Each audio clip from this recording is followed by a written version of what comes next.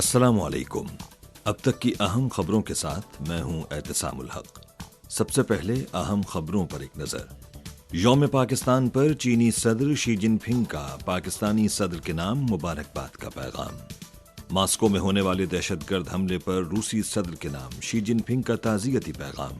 اور Hong Kong میں چینی وزارت خارجہ کے کمشنر کے دفتر کا کہنا ہے کہ منافقت، دوہرا معیار اور غنڈہ گردی غیر مقبول ہے۔ اب خبریں تفصیل کے ساتھ۔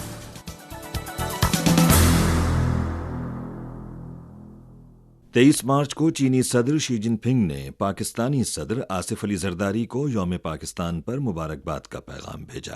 شی جن پنگ نے نشاندہی کی کہ حالیہ برسوں میں پاکستان نے مختلف خطرات اور چیلنجز پر قابو پایا ہے، قومی تعمیر میں نئی پیش رفت کی ہے اور بین الاقوامی اور علاقائی امور میں اہم کردار ادا کیا ہے۔ انہوں نے کہا کہ دنیا، زمانے اور تاریخ کی تبدیلیوں کے تناظر میں چین اور پاکستان نے مل کر ایک دوسرے کی مدد کی ہے اور آہنی دوستی کو فروغ دیا ہے۔ صدر شی نے کہا کہ وہ چین پاکستان تعلقات کی ترقی کو بہت اہمیت دیتے ہیں اور صدر زرداری کے ساتھ اسٹریٹجک رابطوں کو مضبوط بنانے، دونوں ممالک کے درمیان تمام شعبوں میں تبادلوں اور تعاون کو فروغ دینے اور چین اور پاکستان کے مابین چاروں موسموں کی تصویراتی شراکت داری کو مزید گہرا کرنے کے لیے تیار ہیں۔ انہوں نے کہا کہ نئے دور میں مزید قربت کے حامل چین پاکستان ہم نصیب معاشرے کی تعمیر کو تیز کیا جائے گا۔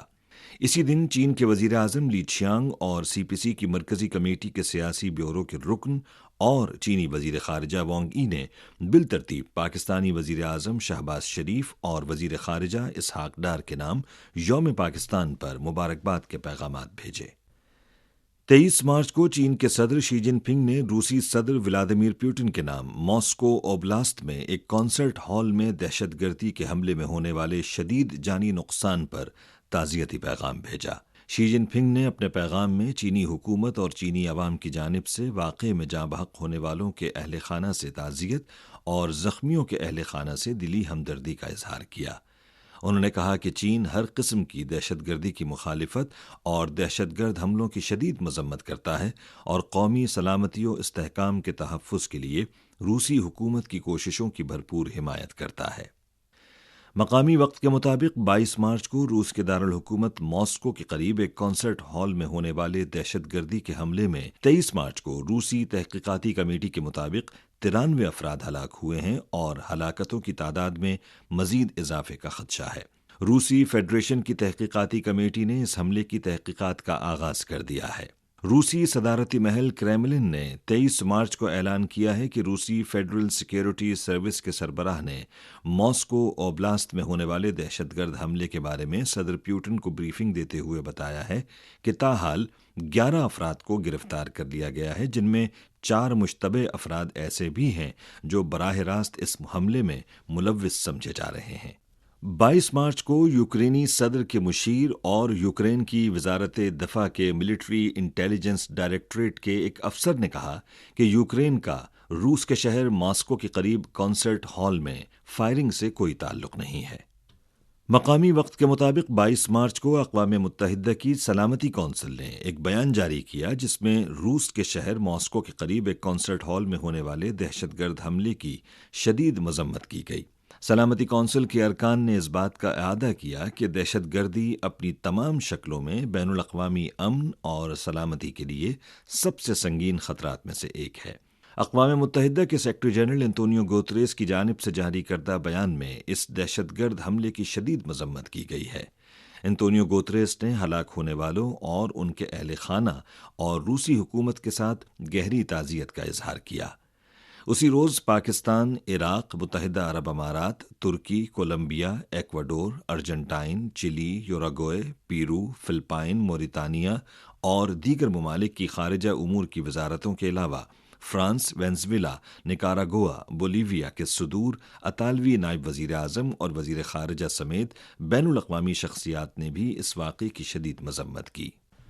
ہانگ کانگ کے تحفظ قومی سلامتی آرڈیننس کے نفاذ کے وقت امریکی وزیر خارجہ اینٹونی بلنکن اور چین کے بارے میں امریکی کانگریس کے ایگزیکٹو کمیشن جیسے امریکی عہدیداروں اور سیاستدانوں کے غیر ذمہ دارانہ بیانات کے جواب میں ہانگ کانگ میں چینی وزارت خارجہ کے کمشنر کے دفتر کے ایک ترجمان نے سخت مخالفت اور مذمت کا اظہار کیا ہے۔ ترجمان نے اس بات پر زور دیا کہ قومی خود مختاری، سلامتی اور ترقیاتی مفادات کا تحفظ ایک ملک دو نظام کے اصول کا اعلیٰ ترین اصول ہے۔ تحفظ قومی سلامتی آرڈیننس بین الاقوامی قانون اور عام عمل کے مطابق ہے۔ کوئی بھی بیرونی مداخلت یا دھمکی چینی حکومت کے ایک ملک دو نظام کو مکمل اور درست طریقے سے نافذ کرنے کے پختہ عزم کو متزلزل نہیں کر سکتی اور نہ ہی قومی خود مختاری، سلامتی اور ترقیاتی مفادات کے تحفظ کے لیے ہانگ کانگ کے ہم وطنوں سمیت 1.4 ارب چینی عوام کی پختہ خواہش کو ہلا سکتی ہے۔ ترجمان نے کہا کہ ہم امریکہ پر زور دیتے ہیں کہ وہ بین الاقوامی قوانین اور بین الاقوامی تعلقات کے بنیادی اصولوں کی پاسداری کرے اور ہانگ کانگ کے معاملات اور چین کے اندرونی معاملات میں مداخلت فوری طور پر بند کرے۔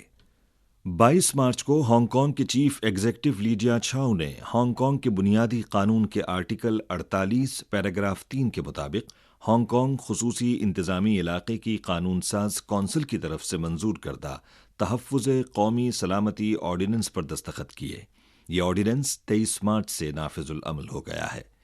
لی جیا چھاؤ نے نشاندہی کی کہ قومی سلامتی کے تحفظ سے متعلق آرڈیننس کے نافذ العمل ہونے اور قومی سلامتی کے مؤثر تحفظ سے ظاہر ہوتا ہے کہ ہانگ کانگ خصوصی انتظامی علاقے نے آخرکار ہانگ کانگ خصوصی انتظامی علاقے کے بنیادی قانون کے آرٹیکل 23 کے مطابق قومی سلامتی کے تحفظ کے لیے مقامی قانون سازی کرنے کی اپنی آئینی ذمہ داری اور اپنے تاریخی مشن کو پورا کیا ہے۔